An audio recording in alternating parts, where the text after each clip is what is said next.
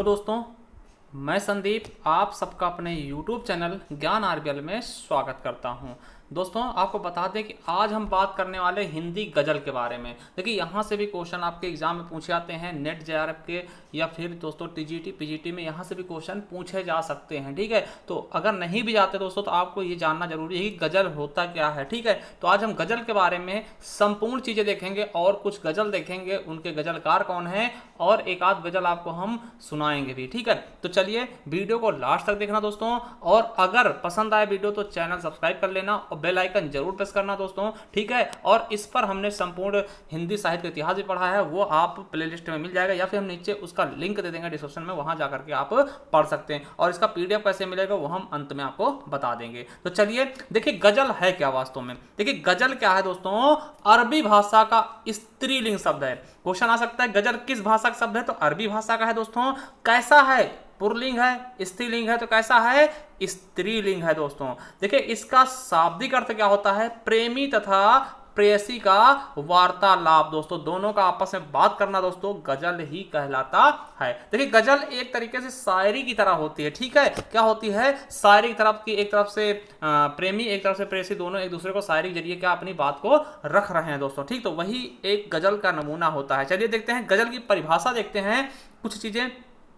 देखिए गजल की परिभाषा का अगर हम बात करते हैं दोस्तों, तो हिंदी साहित्य कोश ने इसकी परिभाषा क्या कही है, तो हिंदी साहित्य कोश ने कहा है कि गजल का अर्थ नारियों से प्रेम की बात करना है। समझ सकते हैं ना, क्या नाम है कि गजल का अर्थ क्या होता है, नारियों से प्रेम की बात करना ही क्या कहलाता है, गजल कहलाता है दोस्तों। ठीक है, अब देखिए फिराक गोरखपुरी दोस्तों, ये गोरखपुर के, इनका नाम क्या है, इनका रियल नेम क्या है दोस्तों, अगर आपको पता है कमेंट बॉक्स में कमेंट करना, क्योंकि यही क्वेश्चन आपके यूपी पुलिस में पूछा गया है कि फिराक गोरखपुरी का रियल नेम क्या था। ठीक है, तो ये आपको बताना है कमेंट बॉक्स में अगर आपको पता है तो। ठीक है, चलिए अब देखिए फिराक गोरखपुरी ने क्या बोला है कि गजल असंबद्ध कविता है, गजल का मिजाज मूलतः समर्पणवादी है। दोस्तों ये इनके कथन है, इनको भी याद रख लेंगे क्योंकि ऐसे पूछ लिए जाते हैं। देखिए शमशेर बहादुर सिंह, जिनको हम कवियों का कवि कहते हैं, क्या बोलते हैं दोस्तों, शमशेर बहादुर सिंह को हम कवियों का कवि कहते हैं दोस्तों। इन्होंने क्या कहा है कि गजल एक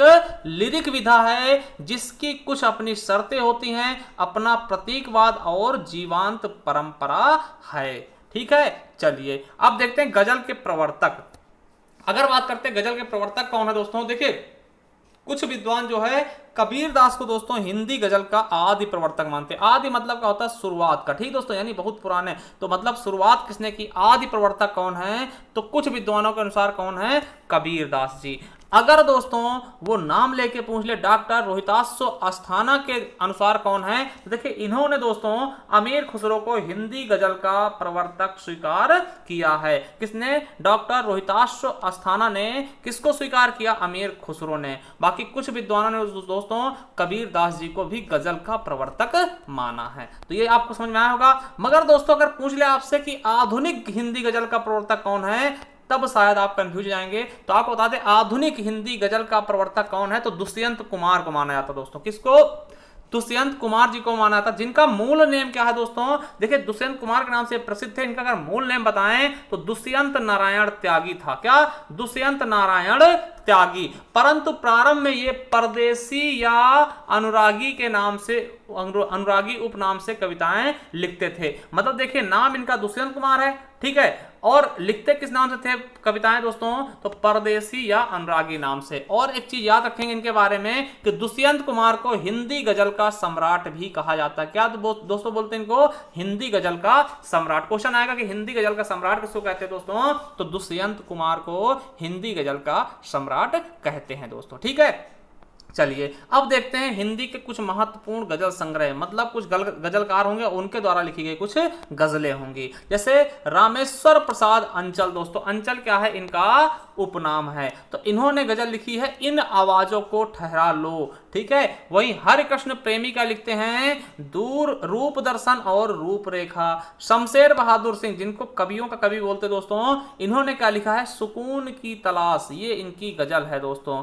त्रिलोचन शास्त्री की अगर बात करते हैं तो गुलाब और बुलबुल दोस्तों। और देखिए दुष्यंत कुमार, जिन्हें आधुनिक गजलों का राजकुमार कहते हैं दोस्तों, गजलों का राजकुमार कहते हैं, तो इन्होंने क्या लिखा है, साये में धूप। तो इसे याद रख लेंगे, ये इंपॉर्टेंट हो सकता है आपकी परीक्षा की दृष्टि से। चलिए अगले हैं गोपाल दास नीरज, इन्होंने लिखा है नीरज की पाती, क्या नीरज की पाती। और रामदरस मिश्र ने क्या लिखा है, हंसी ओठ पर आंखें नम है, मतलब होंठ तो हंस गए दोस्तों मगर आंखें कहीं ना कहीं नम है दोस्तों, मतलब अंदर से इनको दर्द है। बाजार को निकले हैं लोग दोस्तों, ठीक है। और कुंवर बेचैन जी क्या लिखते हैं, शामियाने कांच के और पत्थर की बांसुरी और महावर इंतजारों का और रस्सियां पानी की दोस्तों, ये इनके कई सारे हैं, 4 हैं दोस्तों, ठीक है गजल। चलिए आगे देखते हैं दोस्तों, ज्ञान प्रकाश विवेक क्या लिखते हैं, धूप के हस्ताक्षर, क्या धूप के हस्ताक्षर। और देवेंद्र कुमार आर्य लिखते हैं किताब के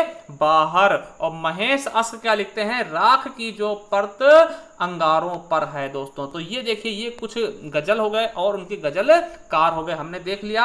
अब देखिए एक गजल हम देखते हैं दोस्तों, देखिए एक गजल देखते हैं क्या है। देखिए गजल किस प्रकार का होती है ये आपको सुना देते हैं। देखिए पहला क्या है, अपने मन में ही अचानक यूं सजल हो जाएंगे, अपने मन में ही अचानक यूं सजल हो जाएंगे, क्या खबर थी आपसे मिलकर गजल हो जाएंगे। देखिए बहुत अच्छा गजल है, देखिए हमें पसंद आया दोस्तों इसलिए इसको हमने टाइप कर लिया है अपने इसमें, ठीक है। दूसरा गजल है दोस्तों, जब तेरी याद ने सीने से लगाया मुझको, जब तेरी याद ने सीने से लगाया मुझको, याद आकर भी कोई याद ना आया मुझको। दोस्तों ये कुंवर बेचैन ने लिखा है, कुंवर बेचैन की क्या है गजल है दोस्तों। देखिए बहुत अच्छी है गजल, आप पढ़ के देखिएगा, ठीक है। और दोस्तों आपको बता दें कि अगर इसका आपको पीडीएफ चाहिए दोस्तों तो आप हमें टेलीग्राम पर फॉलो कर सकते हैं, टेलीग्राम पे जाइए, वहां पर हम इसकी पीडीएफ डाल देंगे, ज्ञान आरबीएल ऑफिशियल सर्च करिएगा। और दोस्तों आपको बता दें कि ज्ञान आरबीएल ऑफिशियल दोस्तों हमें आप इंस्टा पे फॉलो कर सकते हैं। इसके अलावा दोस्तों आपको एक चीज बता दें कि अगर आपको हिंदी साहित्य की पीडीएफ चाहिए दोस्तों, ठीक है, ये हमने ई बुक जारी की है, 50 रुपए इसके लिए आपको चुकाने होंगे, उसमें आपको बहुत कुछ मिल जाएगा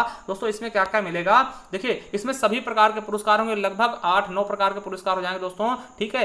ज्ञानपीठ हो गया, साहित्य अकादमी हो गया, ठीक है, व्यास सम्मान हो गया, भारत भारती हो गया, मंगला प्रसाद पारितोषिक, इस प्रकार से लगभग 8 तरीके के पुरस्कार होंगे। कवि और उनके उपनाम होंगे लगभग 90+ दोस्तों कवि होंगे, उनके उपनाम होंगे, जन्म स्थान होंगे, रचनाएं होंगी। जैसे दोस्तों टॉप 20 हमने कवियों की रचनाएं भी शामिल की, बहुत ज्यादा, उसमें सब कुछ हमने निचोड़ दे दिया, ठीक। और संपूर्ण हिंदी साहित्य का इतिहास भी होगा, संपूर्ण हिंदी साहित्य का इतिहास होगा, पूरा हिंदी साहित्य का इतिहास होगा दोस्तों। इसके अलावा हिंदी में प्रथम क्या है, चाहे प्रथम कविता हो, प्रथम कहानी हो, प्रथम लेखक हो, प्रथम कुछ भी हो दोस्तों, इस प्रकार के 120+ फैक्ट आपको मिल जाएंगे इसी बुक में, ठीक है, इसी मात्र 50 रुपए में। तो आप दोस्तों अगर लेना चाहते हैं, परचेस करना चाहते हैं, आप हमें इस नंबर पर क्या व्हाट्सएप कर सकते हैं और हमसे पता कर सकते हैं, या फिर उसका लिंक भी हम नीचे दे देंगे। एक बार आप इस बुक वाली वीडियो जरूर देख लीजिएगा, उसमें आपको सब कुछ क्लियर हो जाएगा क्या क्या आपको मिलेगा, ठीक है। तो चलिए दोस्तों अगर वीडियो पसंद आई तो चैनल सब्सक्राइब कर लेना और वीडियो को शेयर करना मत भूलिएगा। थैंक यू, धन्यवाद।